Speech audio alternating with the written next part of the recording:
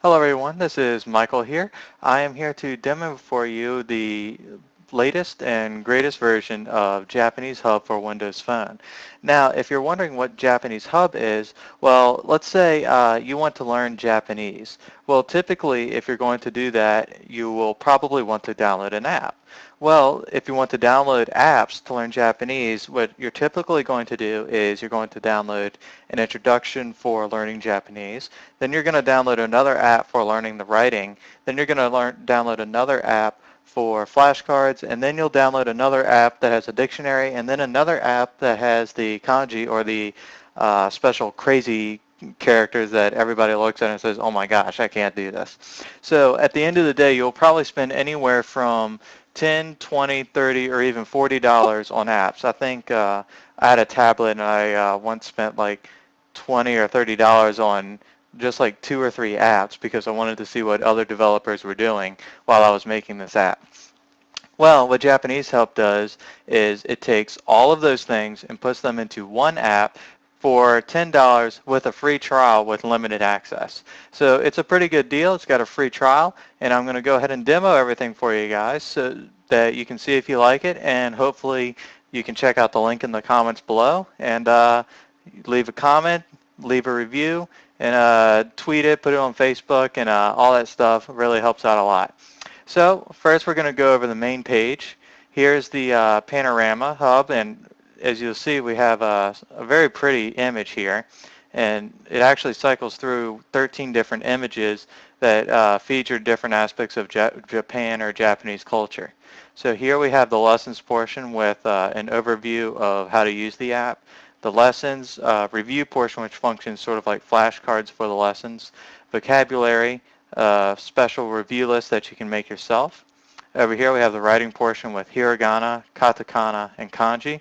And on the flip sides of these hubs, it'll tell you when the last time you visited that portion or did a review on there.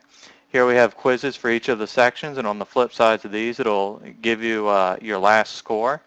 And then we have a dictionary, a credit page, and a feedback page, which is where you can leave feedback on the app online or send a message to the developer or check out the developer's blog to get all the latest updates regarding the app.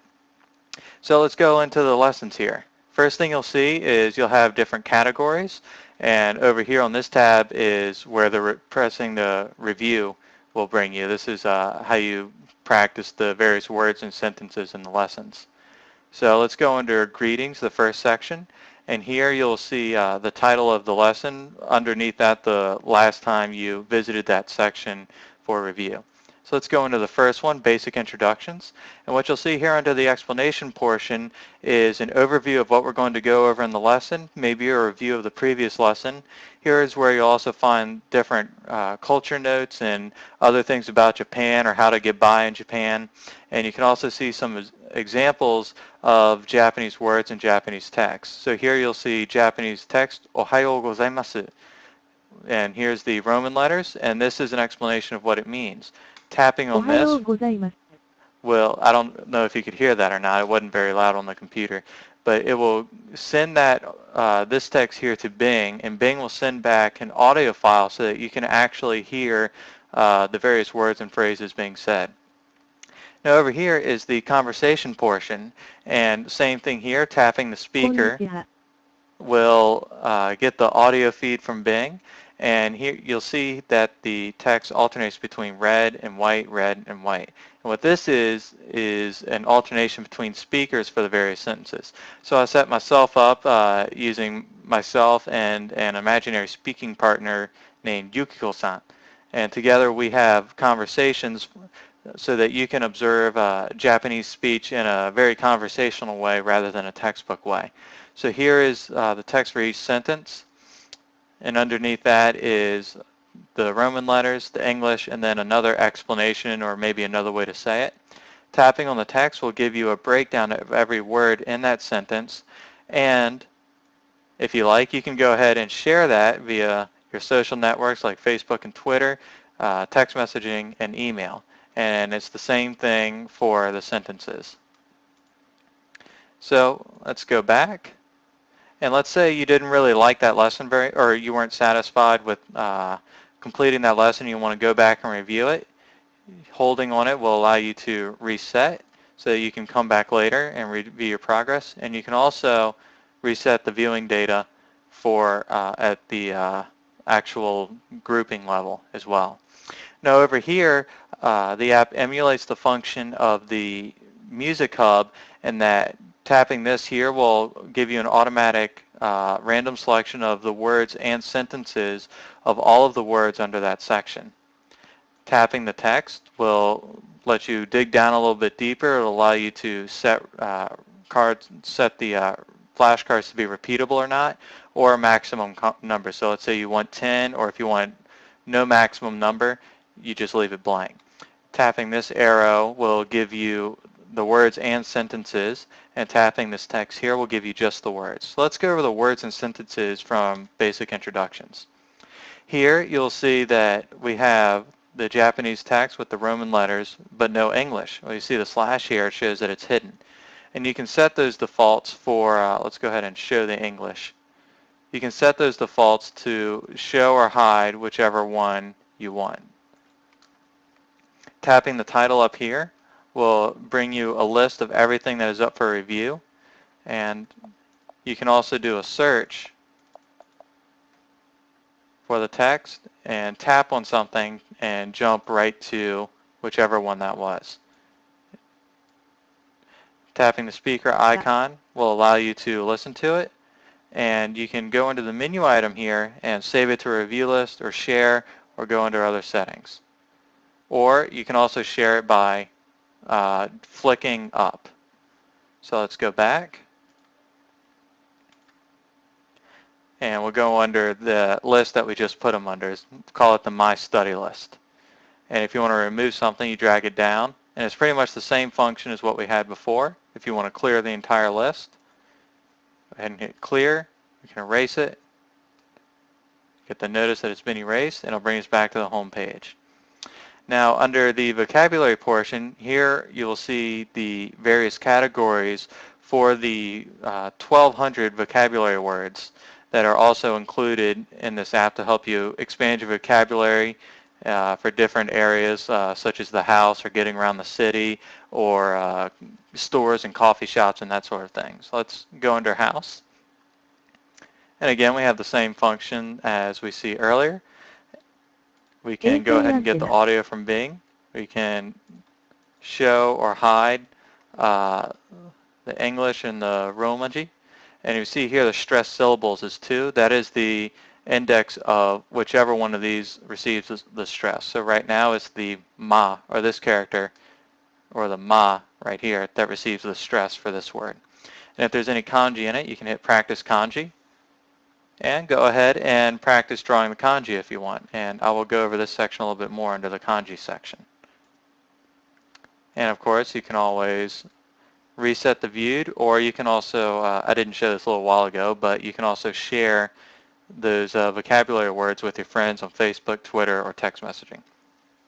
Now here's the writing portion where you'll probably be spending a pretty good amount of time, especially with the hiragana and katakana in the earlier stages. So the hiragana is the normal Japanese writing that they typically use. This is what they had first before they had kanji.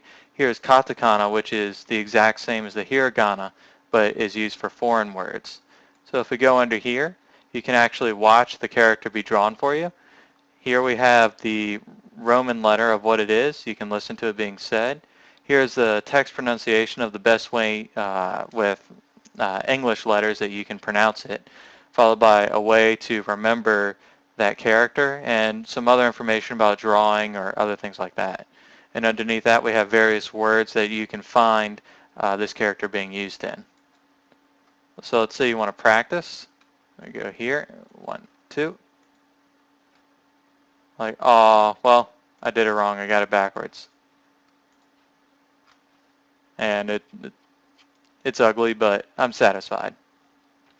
Oh, and if you don't like the colors, you can set it to be drawn in white. So we'll go under here under the kanji. And here we'll see them sorted by the various Japanese level proficiency tests, with 4 being the easiest, 1 being the hardest. Over here we have them sorted by which grade they're taught in schools. So let's say we'll start with the first one, we'll get the next 15. And here, tapping the title will allow you the same functions of skipping and searching. Tapping here will get the audio. Tapping the kanji here will look up other instances in which that kanji is viewed. And another feature that I really like about this app that isn't included in any other app is that it shows you, not only does it show you which sub-elements make up that kanji, but if you tap on them, you can get a lookup of that kanji. And then while I was rehearsing, I actually set it to Spanish and forgot to set it back. But you can tap on these highlighted texts and go ahead and change your primary language that you want it in, or in the primary Asian reading, which typically this one will be the standard, and you'll see the katakana. Now, over here, you see this being drawn down at the bottom portion. This is all the strokes, which you can use to go ahead and practice drawing. So let's say you want it like this, or let's say you want the text to be drawn for you, but maybe it's a little bit too fast. Well, you just go ahead and tap once, and tapping again will allow you to progress the strokes manually. And if you want to save it to review list, you can go ahead and save it or share it with your friends or whoever on Facebook and Twitter. So I'll go into the quiz section, and what's nice about the quiz section is not only can be quizzed on anything and everything if you like, but it's completely randomized, so you don't need to worry about various options and settings and other things like that. It's all taken care of for you, and it's all done completely at random. And after you finish, it'll give you your percent, and you can go ahead and share that with your friends and whoever on your social networks. And also, every time you complete one of these chapters, it'll give you a pop-up and ask you if you want to share that you just completed a section on your social networks. And probably one of the most used functions of this app is the dictionary, which contains 2 dictionaries. One has 13,000 single kanji characters, and the other one has 163,000 Japanese English dictionary. So let's say we'll go ahead and do our search, and tapping this icon will let you listen to the Japanese words, and tapping here will do a search on all the kanji that are in that entry, so that you can look them up for yourself. And here's the credits page. That's the image that was used at the background, and here is the special thanks for the dictionaries that were used to make this app possible. And here's the feedback page with the developer feed for the blog, so that you can check up on any new updates that are going on with the app and keep up to date. And also, once a day, the app will check for you if there's any updates, and it'll give you a notification up at the top if there's anything new. Well, guys, that's it, and I hope that you can check out the link down below, and let me know what you think.